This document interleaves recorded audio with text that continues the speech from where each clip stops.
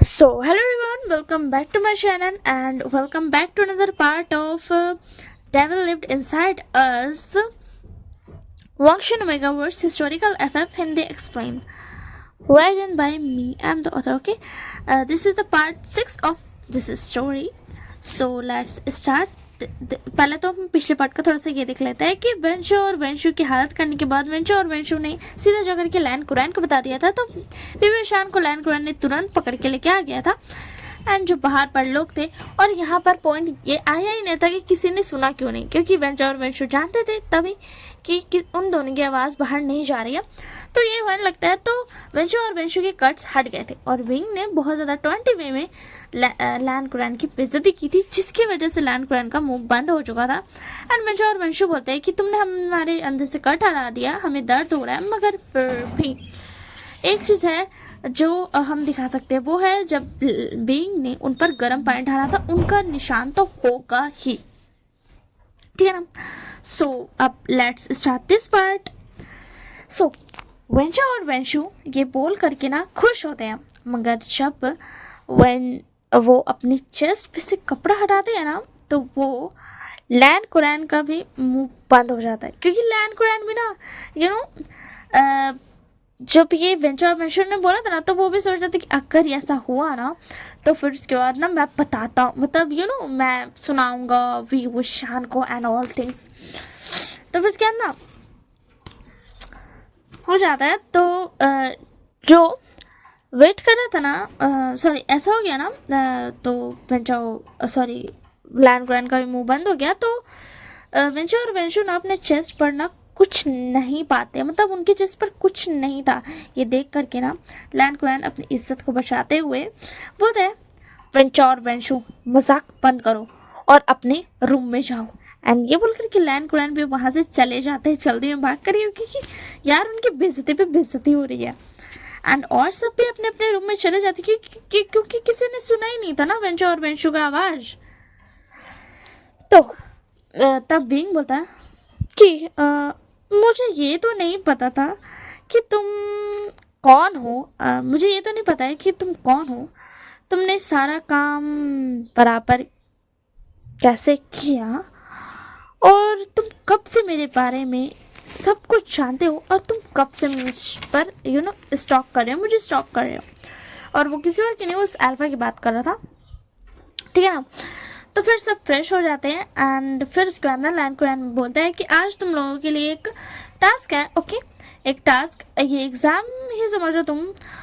तो लैन क्लैन के एक जंगल में जाना है तुम लोगों को, जहाँ तक रास्ता बना हुआ है वहीं तक जाना।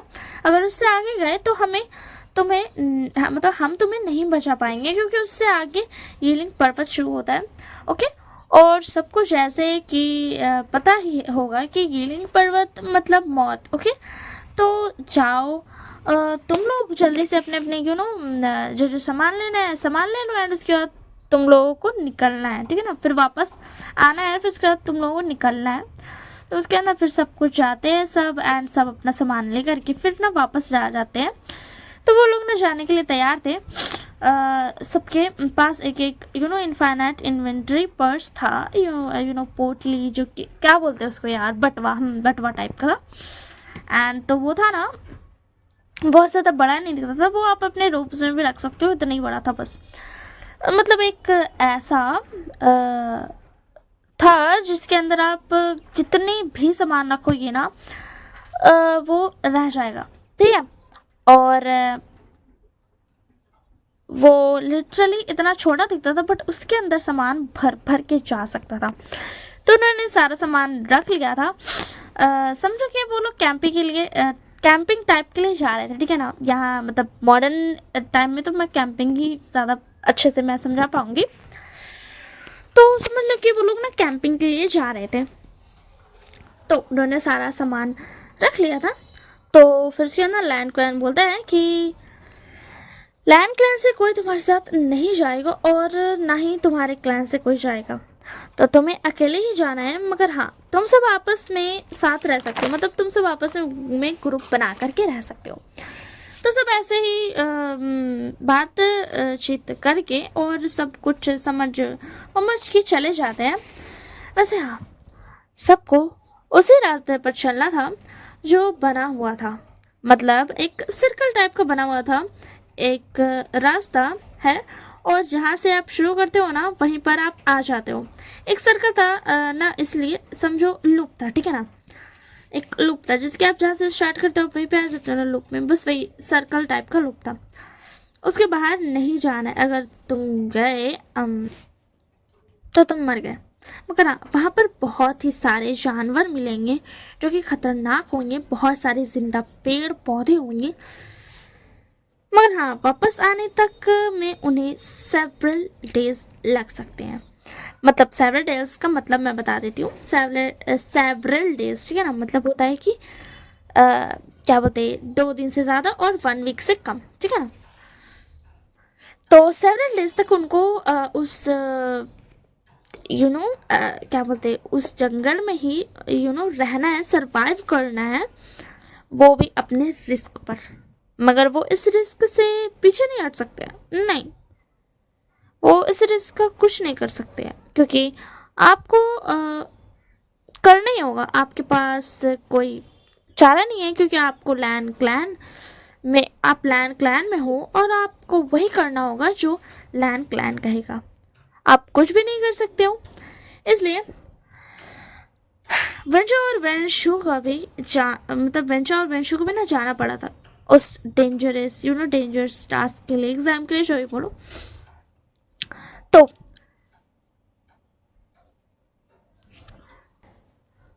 दोपहर हो जाता है,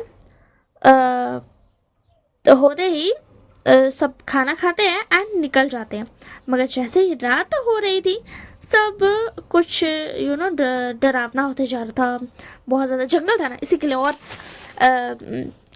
जानवर के साथ साथ पेड़ पौधे भी वैसे थे, तो इसी के लिए सब कुछ डरावना होता जा रहा था, और बेंचो और बेंशु को भी डर लग रहा था। यप राइट, न्यूज़ एंग ने तो अपनी गगा का हाथ ही पकड़ लिया था डर से, मगर विंग को तो मज़े आ रहे थे, एंड वो तो इस डार्कनेस, साइलेंस और लाउडनेस का मज़ा ले रहा था।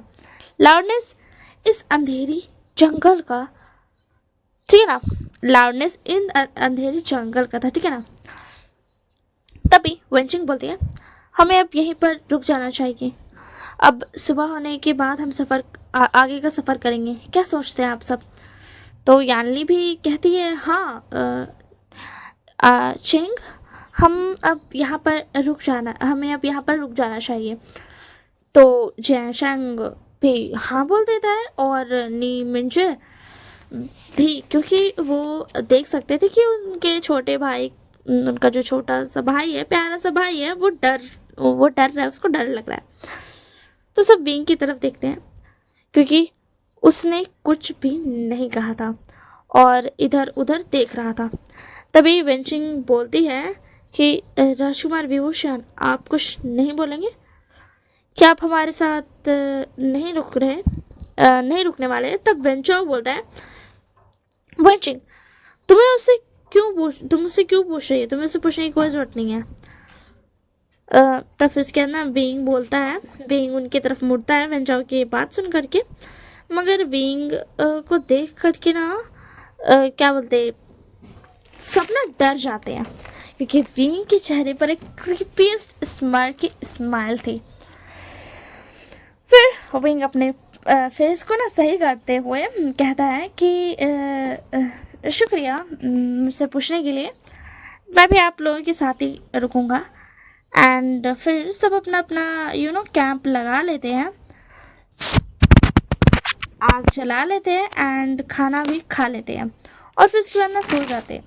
मगर विंग की आँख आधी रात में खुल जाती है, एंड उसके चेहरे पर फिर से वही क्रीपीएस्ट स्माइल थी, जो थी ना पहले, वही आ जाती है फिर से।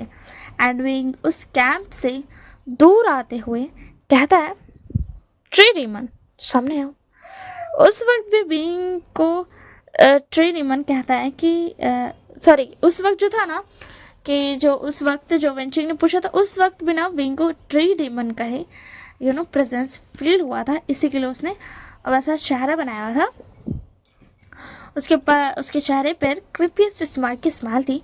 तो वो ट्री डीमन ना अभी बोलता है कि नहीं, अभी नहीं, अभी सही वक्त नहीं है। एंड फिर उसके बाद ना वो गायब हो जाता है। विंग गुस्सा करने लगता है, मतलब गुस्सा करने ही वाला था, मगर तभी उससे एक ऑरा फील होता है। एंड विंग बोलता है, तुम कौन हो तुम? वो इंसान बोलता है, लैंजन, तुम्हारा लैंजा। तभी विंग को उसकी सेंट की स्मेल आती है। तो विंग बोलता है, तुम वही हो ना? ये वही सेंट है जिसने मेरे गुस्से को शांत किया था। तभी लैंजन बोलता है, हाँ माय ओमेगा, सही पहचाना तुमने। अपने अल्फा को तुमने पहचान ही लिया। तुम अपने अल्फा को पहचानने लगे हो। सही कहा ना मैंने? तब विंग बोलता है, तो लैंजन नाम है तुम्हारा? तब लैंजन बोलता है, हाँ माय ओमेगा, मगर तुम मुझे लैंजा कहते हो। तब विंग बोलता है, तुम मेरे अल्फा कब से बन गए हो? मुझे तुम्हारा ओमेगा और खुद को मेरा अल्फा मत कहो, हम एक दूसरे को जानते भी नहीं हैं। और अगर हम जानते ही हैं तो हम एक दूसरे को कब से ही जानते हैं। तब लैंजन बोलता है, सदियों से। मगर तभी लैंजन वहां से चल जाता है, बस सदियों बोल करके ना वो वहां से चल जाता है, ठीक है ना। एंड उसके बाद ना विंग बोलता है, सदियों सदियों से तुम्हारा क्या मतलब है? हाँ, कहाँ गए तुम? एंड तभी उसे फिर से आवाज़ आती है, तुम्हें याद नहीं? सॉरी, मुझे जाना होगा अब। तभी विंग की नज़र पड़ती है कि नेम मिंजुए और जैंग चैंग उठे हैं। तब विंग बोलता है, इरिटेट होते हुए, सदियों और मुझे याद नहीं है से तुम्हारा क्या मतलब है? मगर तब उसके पास एक पन्ना आता है, एक छोटा सा लेटर टाइप का पेपर आता है जिसमें लिखा होता, सदियों बीत गए मगर तुम नहीं बदले माय ओमेगा। एंड विंग और ज़्यादा मतलब ना गुस्सा हो जाता है कि ये क्या दिमाग खराब कर रहा है, पहेली चल रहा है यहाँ पर। एंड उसके बाद विंग यार क्या ही कर सकता, अब तो वो भाग गया, उसका कोई जवाब मिला ही नहीं, इसी के लिए वो अपना गुस्सा को कंट्रोल करते हुए जाकर सो जाता है। तो इससे आगे स्टोरी नेक्स्ट पार्ट में। That's all for this part and that's all for today. Bye bye and take care of yourself.